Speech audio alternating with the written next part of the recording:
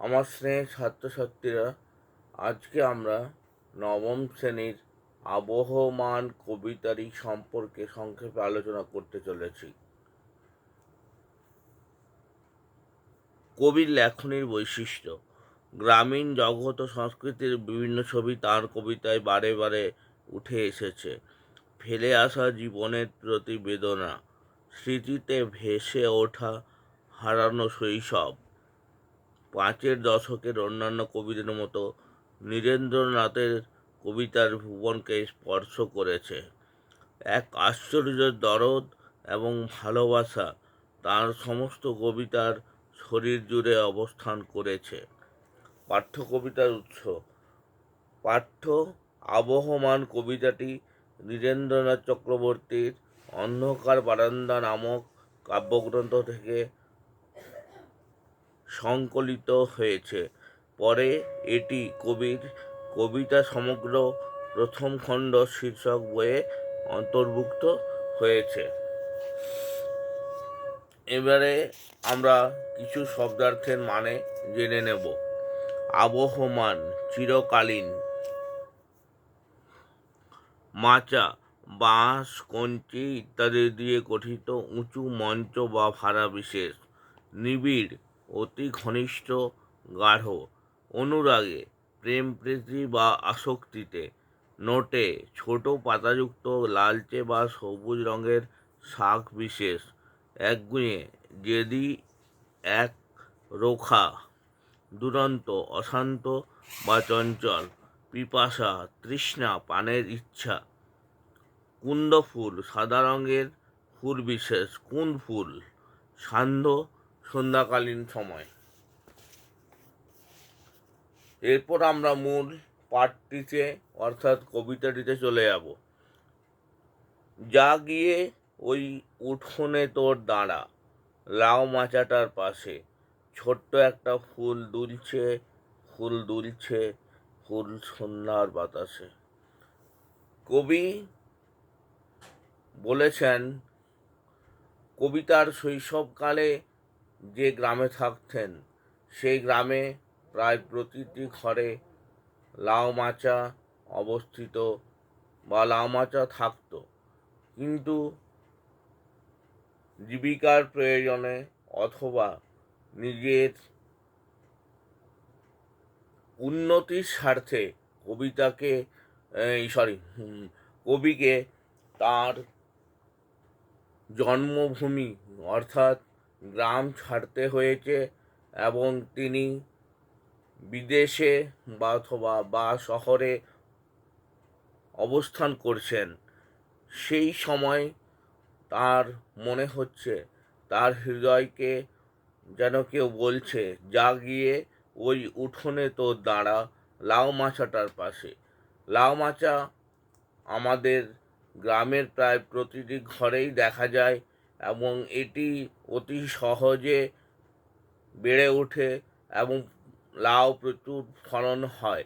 লাউ একটি আমাদের অতি পরিচিত সবজি বিশেষ, যেটি আমরা রান্না করে খাই এবং লাউ মাচা প্রায় গ্রামের প্রতিটি ঘরেই থাকে। কে এইখানে এসেছিল অনেক বছর আগে, কে এইখানে ঘর বেঁধেছে নিবিড় অনুরাগে। তাহলে কবি বলছেন, কে এইখানে এসেছিল অনেক বছর আগে। কবি এক সময় এই গ্রামে জন্মগ্রহণ করেছিলেন এবং ধীরে ধীরে বড় হয়েছেন। বড় হওয়ার পর তার জীবিকার প্রয়োজনে বা নিজ স্বার্থের প্রয়োজনে, মানে নিজেকে উন্নত করার জন্য তাকে সেই লাউ মাচার গ্রামটিকে ছেড়ে পাড়ি জমাতে হয়েছে ইট কাঠ, লোহা, অট্টালিকা পরিপূর্ণ শহরে বা বিদেশে। সেখানে কবিকে কেউ বলছেন, কে এইখানে এসেছিল অনেক বছর আগে, কে এইখানে ঘর বেঁধেছে নিবিড় অনুরাগে। কে এইখানে হারিয়ে গিয়েও আবার ফিরে আসে, এই মাটিকে এই হাওয়াকে আবার ভালোবাসে। কবি বলছেন, কে এইখানে হারিয়ে গিয়েও আবার ফিরে আসে, এই মাটিকে এই হাওয়াকে আবার ভালোবাসে। কবি জানেন মাতৃভূমির টান অমোঘ টান, সেই টানকে উপেক্ষা করার সাহস কারো নেই। মাতৃভূমিকে যে কোনো মানুষই হোক, সে যত আকর্ষণ কাটাতে চাক, মাতৃভূমির প্রতি মানুষের আকর্ষণ কোনোদিন কাটে না। ফুরোয় না তার কিছুই ফুরোয় না, নোটে গাছটি বুড়িয়ে ওঠে কিন্তু মুড়োয় না। তাহলে কবি বলছেন মাতৃভাষার প্রতিদান কোনোদিনই ফুরোয় না। নোটে গাছ বুড়ো হতে পারে, কিন্তু তাতে আবার শাখা প্রশাখা হয়, আবার তার বীজ থেকে গাছ হয়। নোটে গাছটা বুড়িয়ে গেলেও মুড়োয় না মানে শেষ হয়ে যায় না বা নিশ্চিহ্ন হয়ে যায় না। জাগিয়ে ওই উঠানে তোর দাঁড়া, লাউ মাচাটার পাশে ছোট্ট একটা ফুল দুলছে ফুল সন্ধ্যার বাতাসে। কবি বলছেন যা গিয়ে ওই লাউ মাচাটার পাশে দাঁড়া, কারণ কবি জানেন তিনি এখন বিদেশে রয়েছেন বা শহরে রয়েছেন। এইখান থেকে লাউ মাচার যে লাউ মাচাটার পাশে দাঁড়িয়ে যাওয়ার যে আনন্দ, অর্থাৎ নিজের মাতৃভূমি বা যেখানে তার জন্ম হয়েছে জন্মভূমির কাছে থাকার যে আনন্দ, তা তিনি পাচ্ছেন না। এখানে সব সুবিধা থাকলেও কোথাও যেন একটা কমতি থেকে যাচ্ছে। সেই কমতি হলো তার জন্মভূমিতে না থাকার একটা আক্ষেপ। ফুরোয় না তার যাওয়া এবং ফুরোয় না তার আশা, ফুরোয় না সে একগুঁয়েটা দুরন্ত পিপাসা। কবি বলছেন লাউ মাচাটার পাশে, অর্থাৎ যে গ্রামে তার জন্ম, সেখানে যাওয়া তার ফুরোয় না তার আশা, যাওয়াও ফুরোয় না, আশাও ফুরোয় না সে একগুঁয়েটা দুরন্ত পিপাসা। আর কোনো মতেই সে একগুঁয়েটা দুরন্ত পিপাসা ফুরোয় না। সারাটা দিন আপন মনে ঘাসের গন্ধ মাখে, সারাটা দিন তারায় স্বপ্ন এঁকে রাখে। কবি বলছেন সারাটা দিন আপন মনে কবি সেই গ্রামে বা নিজের জন্মভূমি, নিজের মাতৃভূমিতে গিয়ে ঘাসের গন্ধ মাখেন। আসলে কবি যখন সেখানে মাঠের পথ দিয়ে হেঁটে যান, তখন পায়ে দোলে ঘাসের একরকম গন্ধ বার হয়। সেই সুগন্ধ কবি নিজের সারা গায়ে মাখেন। ফুরোয় না তার কিছুই ফুরোয় না, নোটে গাছটি বুড়িয়ে ওঠে কিন্তু মুড়োয় না। কবি বলছেন ফুরোয় না তার কিছুই ফুরোয় না, নোটে গাছটি বুড়িয়ে ওঠে কিন্তু মুড়োয় না। কারণ কবি যে গ্রামে কবি জন্মগ্রহণ করেছেন, সেখানের প্রতি কবির যে টান, সেটা কোনোদিনই ফুরোয় না। নোটে গাছটি যেমন বুড়িয়ে উঠলেও মুড়োয় না, তেমনি কবির জন্মভূমির প্রতি টান কোনোদিনই ফুরোয় না বা ফুরোবে না। যা গিয়ে ওই উঠানে তোর দাঁড়া, লাউ মাচাটার পাশে ছোট্ট একটা ফুল দুলছে ফুল সন্ধ্যার বাতাসে।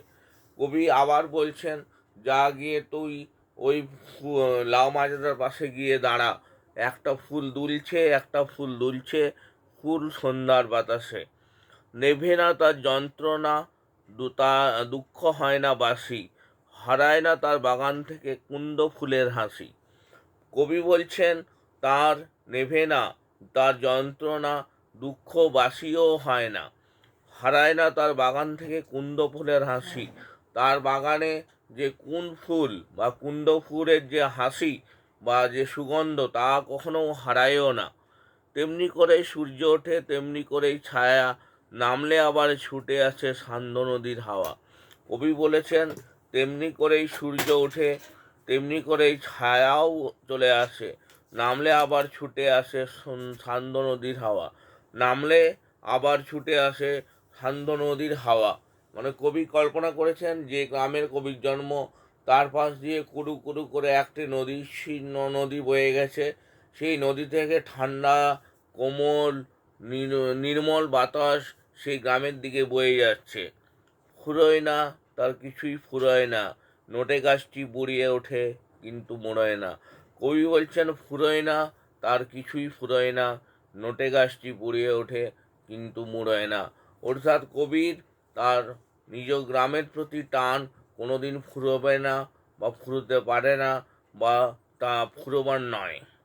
যা গিয়ে তো ওই উঠোনে তোর দাঁড়া, লাউ মাচাটার পাশে এখনো সেই ফুল দুলছে, ফুল দুলছে, ফুল সন্ধ্যার বাতাসে।